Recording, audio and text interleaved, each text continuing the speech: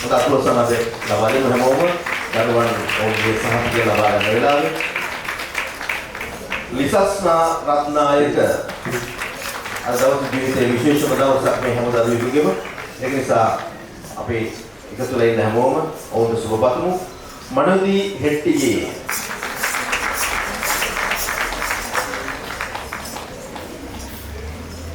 නුලාරා සන්දිනී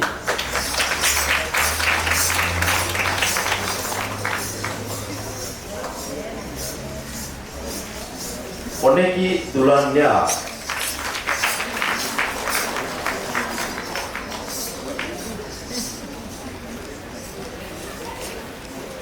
රුවන්සා තස්මිනී